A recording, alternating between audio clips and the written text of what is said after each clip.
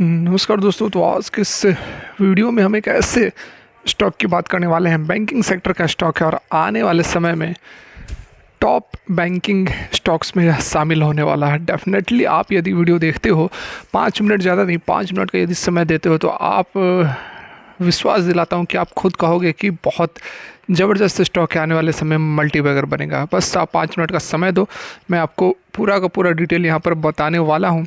बस रिक्वेस्ट रहेगी, वीडियो अच्छी लगे तो लाइक करें, चैनल को सब्सक्राइब कर ले लेटेस्ट और जेन्युइन इन्फॉर्मेशन के लिए। तो सबसे पहले इसका रिटर्न की हम बात करेंगे तो देखिए यह 59.50 पर ट्रेड कर रहा है। पिछले 5 दिनों के रिटर्न देखेंगे तो कोई खास नहीं है। एक महीने में भी फ्लैट सा रिटर्न है, 6 महीने में 73.22% का शानदार रिटर्न कंपनी ने दिया है। यह टिल डेट में निगेटिव रिटर्न है। मैक्सिमम पीरियड की बात करेंगे तो मैक्सिमम पीरियड में भी आपको कोई खास रिटर्न यहाँ देखने को नहीं मिलेगी। 2015 से लिस्टेड कंपनी है, लेकिन अभी तक कंपनी जो है वह एक निगेटिव रिटर्न दे रही है। अब ऐसा क्यों? बातें तो बहुत बड़ी बड़ी की गई है कि यहाँ पर लाखपति करोड़पति नहीं अरबपति बनाएगा, तो ऐसा क्यों? लॉन्ग टर्म में तो हमें कुछ दिख नहीं रहा है। तो देखिए यहाँ पर जो सबसे बड़ी चीज़ है वह है मैनेजमेंट ने बहुत कुछ चेंज किया है अपने बैंकिंग सिस्टम के अंदर। बहुत बड़े बड़े फैसले लिए हैं, जिसमें से कि कॉरपोरेट लोन्स जो बांटे जाते थे उसको मिनिमाइज़ करके रिटेल के ऊपर फोकस करना, और भी बहुत सारी बातें हैं जो कि कंपनी ने, बैंक ने अपनाया है, जिसके कारण अब कंपनी जो है बिल्कुल टर्न अराउंड के मूड में नज़र आ रही है। क्या कुछ नए यहाँ पर स्टेप्स लिए गए हैं वह भी मैं आपको बताऊंगा एक एक करके। जैसे कि यहाँ देखें तो यहाँ पर आप देख सकते हैं जो मैनेजमेंट ने जो प्लान बनाया है, एक नया ट्रांसफॉर्मेशन प्लान बनाया है, जिसके तहत कंपनी के कॉरपोरेट लोन्स को सबसे पहले ख़त्म किया जाएगा। रिटेल फोकस्ड बैंक में इसे तब्दील करेंगे। तो देखिए आपको पता होगा येस बैंक जो डूबी थी उसका सबसे बड़ा कारण क्या था? एनपीए। और एनपीए सबसे अधिक किसका था? तो कॉरपोरेट घरानों का। बड़े बड़े जो इंडस्ट्रियलिस्ट थे, या फिर अनिल अंबानी हो गए, एसएल ग्रुप हो गए, डीएचएफएल हो गए, सुभाष चंद्रा हो गए, तो जो भी जितने बड़े बड़े लोग थे उन्होंने येस बैंक को डुबाया था। उन्होंने पैसा लिया, लोन लिया, उसके बाद डिफ़ॉल्ट हो गए। तो वही कॉरपोरेट पर जो भी बहुत अधिक फोकस करता है उसकी स्थिति बाद में दयनीय हो जाती है, जिस तरह से येस बैंक की हुई थी। और ये जो बैंक है यह भी पहले कॉरपोरेट लोन के ऊपर ज़्यादा फोकस करता था, लेकिन अब जो ट्रांसफॉर्मेशन प्लान बनाया गया है उसमें मिनिमाइज़ किया गया है और मैक्सिमम जो फोकस कहाँ है तो रिटेल के ऊपर, मतलब खुदरा जो निवेशक होते हैं, जैसे एमएसएमईज कहते हैं, माइक्रो स्मॉल एंटरप्राइजेज वगैरह, उनके ऊपर यहाँ पर फोकस किया गया है। इसके अलावा बहुत सारे ऐसे बदलाव किए गए हैं जो बैंक के बिज़नेस को काफ़ी अच्छा बना सकते हैं। और इस ट्रांसफॉर्मेशन प्लान को लाने के बाद कंपनी में जो ग्रोथ दिखी है उसे यहाँ पर आप देख सकते हैं पॉइंट बाय पॉइंट। तो क्या शानदार तरीके से यहाँ पर आपको ग्रोथ दिख रही है, बिल्कुल आप देखें तो देखिए कॉस्ट ऑफ फंड्स सबसे पहला तो 2019 में बैंक का जो बोरोइंग कॉस्ट 7.6% था वह 2021 में 6.8% हो गया। बोरोइंग कॉस्ट मतलब कि जो उधार लेते हैं उसके बदले में जो कॉस्ट पे करना पड़ता है, तो वो काफ़ी यहाँ पर घटा है। कासा रेशियो जो 11% था वह 48% हो गया है। कासा रेशियो मतलब कि करंट अकाउंट और सेविंग अकाउंट का जो रेशियो होता है उसे हम कासा रेशियो कहते हैं। तो इसमें क्या देखिए शानदार तब्दीली आई है। 11% से मतलब 18, 19, 20, 21, 3 साल के अंदर अंदर कंपनी का कितना बड़ा टर्न अराउंड आपको देखने को मिल रहा है। उसके बाद बात करें कोर डिपॉजिट्स की बात करें तो देखिए 2018 में कंपनी का केवल 27 डिपॉजिट, मतलब जो ग्राहक के बैंक में पैसे जमा कराते हैं वह केवल 27% था। वो कहाँ तक पहुँच गया है? 76%, 76% हो चुका है। उसके बाद देखिए इसके टोटल लोन बुक में जो रिटेल लोन पहले 10% हुआ करता था वह 60% हो गया है। रिटेल लोन्स मतलब कि जो लोन हम बांटते हैं, जैसे एमएसएमई अभी मैंने आपको बताया 2018 में कंपनी का क्या हाल था, तो केवल और केवल 10% का लोन कंपनी बांट रही थी और 8% 60% का, मतलब कि कितना बड़ा टर्न अराउंड इस छोटे से बैंक के अंदर हमें देखने को मिल रहा है। तो बहुत बड़ा अचीवमेंट इस बैंक ने हासिल किया है। उसके साथ में और भी पॉइंट्स हैं, देखिए कुछ रिस्की लोन जैसे एमएसएमई और अन्य रूरल एमएफआई सेगमेंट वाले लोन भी 62% से घटकर 28% हो गए हैं। इसके विपरीत कम रिस्क लोन जो है वह 38% से 72% तक पहुंच गए हैं।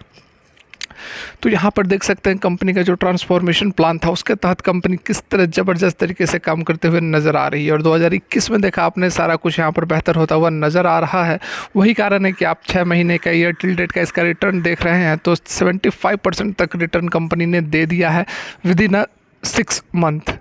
तो बहुत बड़ी अचीवमेंट है कंपनी के लिए और 60 रुपये के वैल्यूएशन पर वो बहुत महंगा नहीं है। अभी देखिए और भी कुछ आपको मैं फंडामेंटल्स दिखाता हूँ, उसके बाद खुद आप डिसाइड करो कि क्या स्टॉक में दम है या नहीं है। स्टॉक आप जानते होंगे मैं किस स्टॉक की बात कर रहा हूँ। बैंकिंग सेक्टर के ऊपर वैसे भी सरकार का बहुत बड़ा फोकस है। सरकार ने, सीतारमण जी ने संसद में ये बात भी बताई है कि पिछले 3 सालों के अंदर 5 लाख करोड़ के आसपास का जो इन्वेस्टमेंट है वह बैंकिंग सेक्टर में किया गया है, जिससे क्या हुआ, जो एनपीएस थे वह बहुत ही कम हो गए हैं। बैड लोन्स जो बैंक थे उसको भी काफ़ी कम कर दिया गया है। तो ओवरऑल यहाँ पर बैंकिंग सेक्टर के अंदर बूम हमें देखने को मिल रहा है और यही कारण है कि इस बैंकिंग स्टॉक में भी जो ज़बरदस्त तेज़ी पिछले 6 महीने के अंदर देखने को मिल रही है।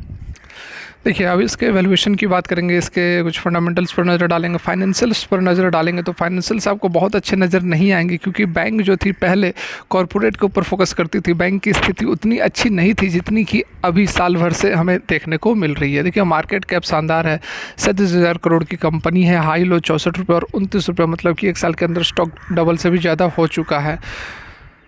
33 रुपये की बुक वैल्यू है, बुक वैल्यू से यह ऊपर ट्रेड कर रहा है। डिविडेंड नहीं देती है बैंक। आरओसी 4.61 और आरओई 0.70, यह दोनों कम है। फेस वैल्यू 10 रुपये की है। प्रमोटर होल्डिंग 36.5% कम है। वॉल्यूम बहुत ही शानदार है और उसके साथ डेप्ट भी बहुत ही शानदार है। 1.5 लाख करोड़ की डेप्ट कम नहीं है। यह सबसे बड़ा यहाँ पर कारण है। कंपनी के जो पास्ट रिकॉर्ड्स अच्छे नहीं रहे हैं, या फिर आप रिटर्न की बात कर लो या फिर इसके रिजल्ट्स की बात कर लो।